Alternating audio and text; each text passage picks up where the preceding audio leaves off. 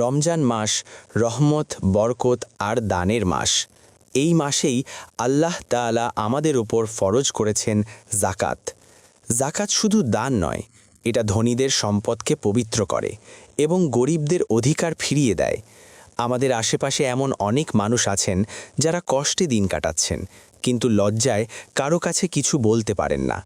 আপনার সামান্য জাকাত হয়তো কোনো ক্ষুধার্ত পরিবারের মুখে হাসি ফোটাতে পারে, কোনো এতিম শিশুর জীবনে এনে দিতে পারে স্বস্তি আর নিরাপত্তা।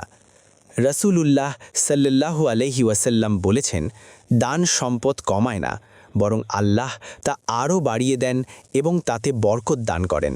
তাই আসুন এই পবিত্র রমজানে আমরা সঠিকভাবে জাকাত আদায় করি, গরিব, অসহায় এবং অভাবগ্রস্ত মানুষের পাশে দাঁড়াই।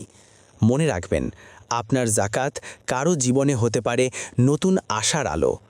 ভিডিওটি ভালো লাগলে সাবস্ক্রাইব করে পাশে থাকুন। ধন্যবাদ।